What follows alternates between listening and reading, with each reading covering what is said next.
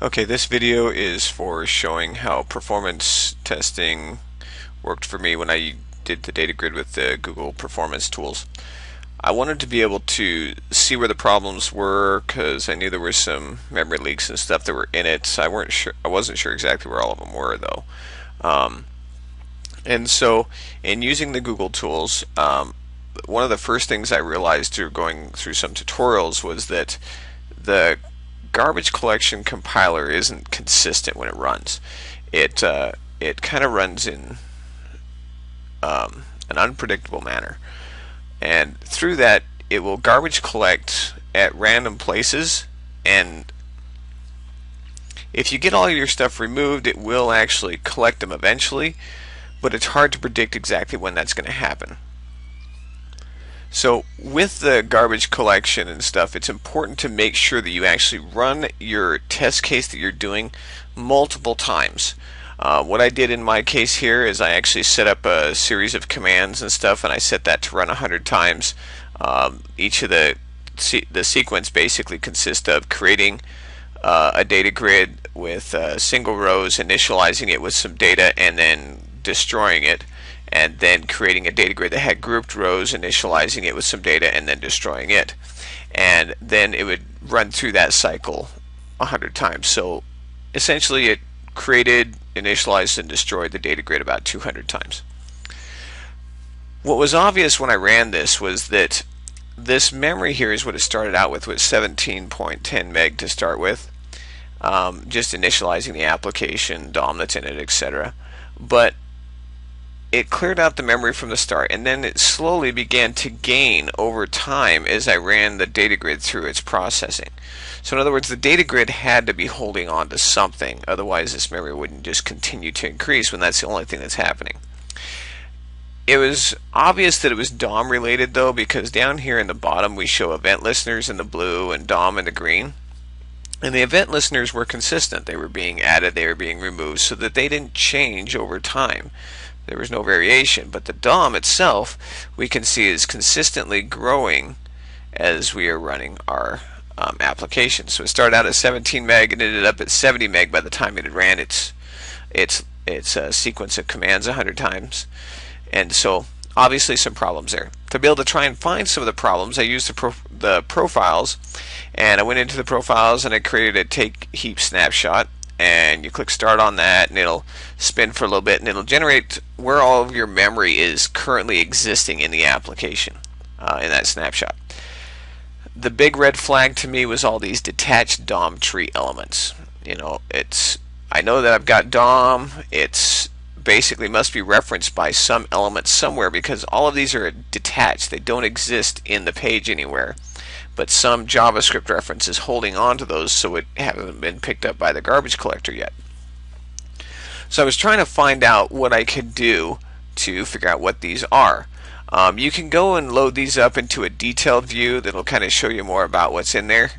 Once you get into this detailed view, you'll see, like in this case, there's angular scopes and stuff that are here, and since all these scopes are still existing in memory, I'm assuming that it's probably because they're referencing DOM elements and kind of a trade-off back and forth.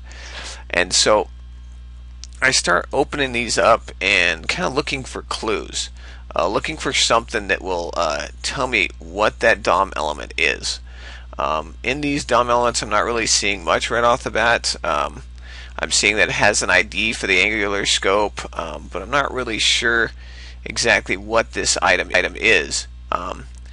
As I try to go deeper and look for objects and stuff that are in here, sometimes you want to look for functions and stuff that make sense.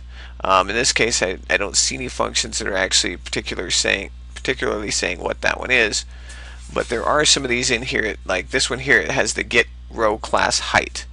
And I know that that is a function that actually exists on the data grid. So that tells me that I've got to be able to go to the data grid. It tells me right here what line number it's at, so I can jump into my data grid. That's one of the problems where one of these has originated. Okay, it's got this on the scope somewhere. So that gives me an idea of how to kind of jump in and start debugging some items. You want to make sure you remove all event listeners. You want to make sure you drop out your DOM. In a lot of cases I found that I needed to make sure that I was destroying all of the angular scopes correctly, because my data grid is a directive, and with directives you got to make sure that you get all the scopes destroyed that you're using, or those could be a possible memory leak if they have any references to DOM elements. And in mine, it has a reference to the grid, and the grid itself had reference to DOM elements, so it was a kind of a chain effect there. Even though I was removing the grid itself from the scope, it wasn't enough. I had to remove those references to the DOM elements as well to get rid of them. So after I did that, I went and ran the profiler again with my changes, and you can see that there's a drastic difference here. Not only does it start out a little lower because it was using less memory because it was removing some items, but it actually, instead of increasing up until it got to 70 meg over the course of the 100 iterations, it actually increased to 35 meg in this case. And now what we can see with this one is that it actually goes up in spurts, but it drops a long ways down. And we're seeing that really the correlation here is with the DOM elements. The DOM here is being created and destroyed, so as it's constantly being destroyed, that's bringing this memory down. So we can see where the garbage collection is really kind of happening in these. It does have a little bit of a pattern, but it's not real predictable. But as these are happening, but we can also see that there is still a slight memory leak, because we can see that these spikes are consistently getting a little bit bigger as they go. That's not necessarily the problem. The problem is that the baseline that they're coming down to when the garbage collection actually runs is increasingly getting higher, which means that I'm maintaining some of those elements still in DOM, and those elements are still increasing my memory. Overall, a lot better. You know, over the time frame and stuff that this ran, it did slowly increase a little bit, but much better than it was before. And so as I would look into this, I would continue to still look for items that are causing reference, having references to items. And I've already gone into the summary view and stuff on this one, and I was trying to look for where items might be that are being referenced by this. If I jump back out to the summary view, one of the things that you'll notice, I don't have all the detached DOM tree elements, because those are really the ones that were the memory leak before. We've got these DOM tree elements that are in the page, and those are fine because those are things that are shown, links and whatnot and stuff. Those are visible.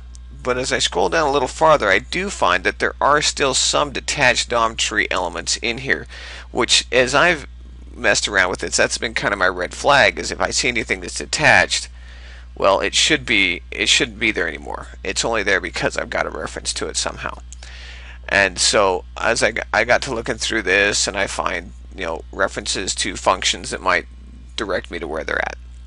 But overall, that's what I got out of using the performance tools and stuff, is using the correlation here to have the memory, but making sure, first of all, that you have a test that'll run consistently over a period of time to give the garbage collection some time to actually collect and see the pattern of things that are happening. The garbage collection will come along, but if you don't have enough term, the data won't mean anything. Alright, and thanks for watching.